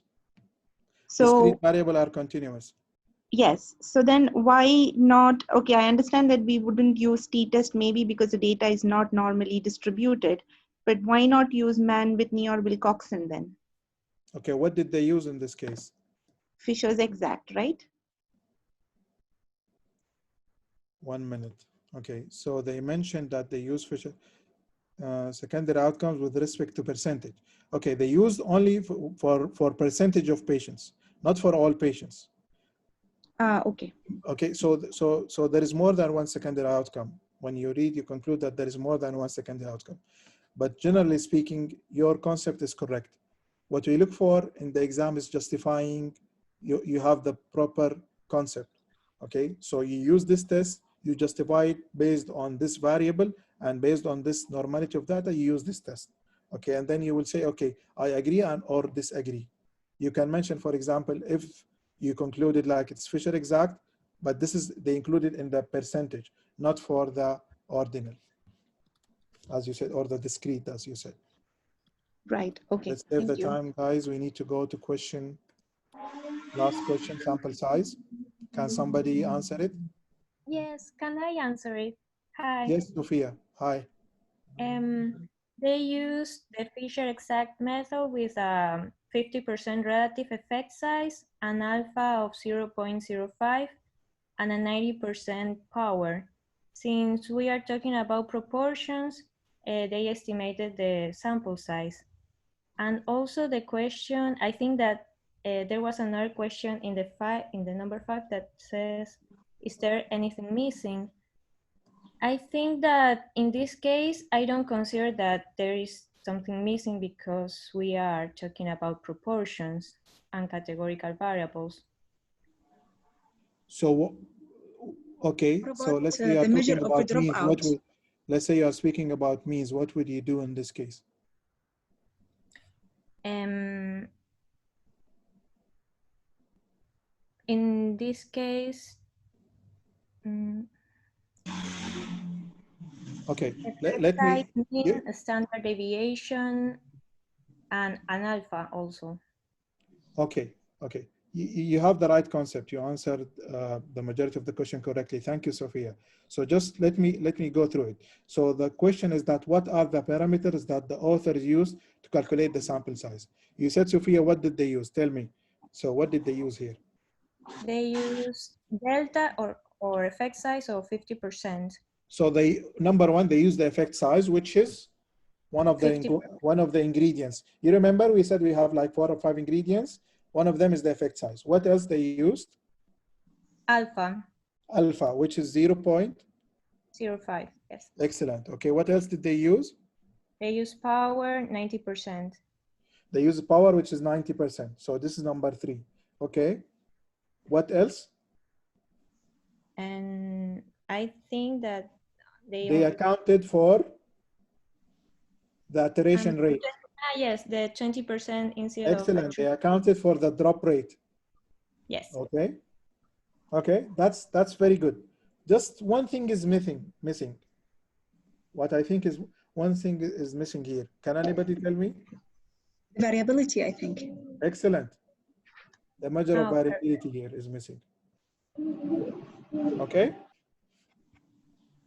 Maybe they did it, but it's not included in the article. Okay. So what else? What would it be that 10% of close contacts developing the disease? What would that account for? Okay, so they are assuming like, let's say 100 subjects were exposed to COVID, then these 100%, then the 10% of them are expected to develop the disease. That's the explanation for it. That's what they used to calculate possibly their effect size. Yeah. Does that information is accounted for anything in the sample size calculation? No, I think they use this for the effect size. That's what I'm answering. I think they use this 10% to calculate their effect size. You know, getting the effect size depends on previous results, on previous studies, what have been done, and the exposure and the risk and all of this. So this is included as part of, they are pointing to the effect size. That's what I think in this article. And what does it mean, 50% relative effect size that they mention right after? Yeah, so that's the effect size that they want, 50% effect size. So so what's the difference between this information, the 10% information and 50% information? That's what I don't get it. What are they different apart? So they said like 10% of these close contact, they expected they will develop the disease, and they took 50% of them. It is a little bit confusing, Shawani, the how you calculate the sample size. But generally speaking, you look for these things. Here in this example, your question is 10% of close contact. Now they are trying to find the effect size of the study, what they are looking for, what they are looking at, how much this effect size will affect. okay? It can, I know it can be a little bit confusing, but it's for us, the main ingredients are there including except this one. So the 10% accounts for the total, that's what I think the total accounts for calculating the effect size. It's not Okay, the I just got it's not the confused measure of about. variability. It's not the variability, sorry? No, I just got confused at which number I would use in my calculation, the 10% or the 50%. The 50? The 50. So we'll use 50, 0.05, 90, and 20. This is what you use in your calculation.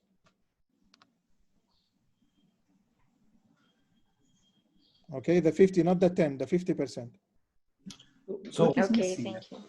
Okay, so that's what you include. What your answer will be in the exam to cut things short. I know now we have 2 hours. We passed, so just to save the time. So your answer will be, okay, for sample size estimation, what did they include? They included all of the things that we said: alpha, power, iteration rate, the expected dropout rate, and they also included the effect size. Okay, what is possibly missing is the variability. Okay, that's the way that you would, that's the way I would answer the question. Also, the question, let's, if there is any part, how would you consider this appropriate or not? Then you will justify this is appropriate because including all of the points or all of the ingredients to calculate the sample size based with relevance to the research question. Okay. Excuse me, I have a question. Guys, just to save the time, I think, I don't know if we have a lot of time. Can we answer, can we take more questions, Alma? Okay, you can ask, we can take one more question and then later you can send to me by email or so. Yeah, you can email the questions to, yes, tell me please.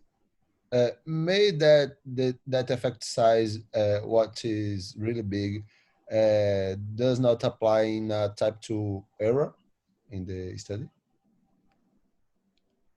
So the effect size increase the risk of type 2 error, that's your question? Yeah, because it's very large, 50% of relative effect size. It's a large effect size. And because of that, and the study is negative too, there isn't there type 2 error? Okay, so when you have a large effect size, you decrease the sample. So it is inversely proportional. When you increase the effect size, you decrease your sample. And the opposite is true. When you increase the sample, you decrease the effect size. Okay, that's usually the idea. What's the problem of overestimating? Okay, overestimating, as you said, you underestimate the patients. Underestimating, sorry, it leads, it can lead to type 2 error. Yes. Dr. Walid. I agree. Dr. Walid. Yes. There's a part of the last question says, if there is no sample size calculation based on the research question, how would you suggest to calculate it? Yes. Okay, so in this article that we choose, they show us how they choose how they calculated the sample size. But if, for example, in the exam you had a question or you had an article which doesn't include, then you would justify. You will say, for example, I will include the alpha, I will include the beta, I will include the power, I will look for the effect size and the dropout rate. You will just justify the things that we just said. Okay, guys? I think we are a lot out of time. Just if you have more questions, you can send them to me. Okay, you still have 1 week. You can email to us. I would like to thank you all for attending. I hope it was of some benefit to you. I wish you the best of luck in the exam. And don't worry, as I said, what matters most is your learning, not how much you scored in the exam. So if you come out of this module, you understand the main concept, how to critically appraise the paper, then that's the main idea. So I hope and I wish you all the best. Thank you, everybody. Thank you very much. Have a good day. Thank you, dear Walid. We appreciate your time and all the effort to create this model review for them and the exercise. Also, please, guys, remember that it's really important that you back up your reasoning. If you give a a great answer and with a good argument, probably your answer will be correct. So that's what we want, that you develop critical thinking when analyzing the paper, okay, during the exam. So we'll post the slides and the recording in the next 30 minutes at the classroom, so you can have them and let us know if you have any questions, okay? Thank you all.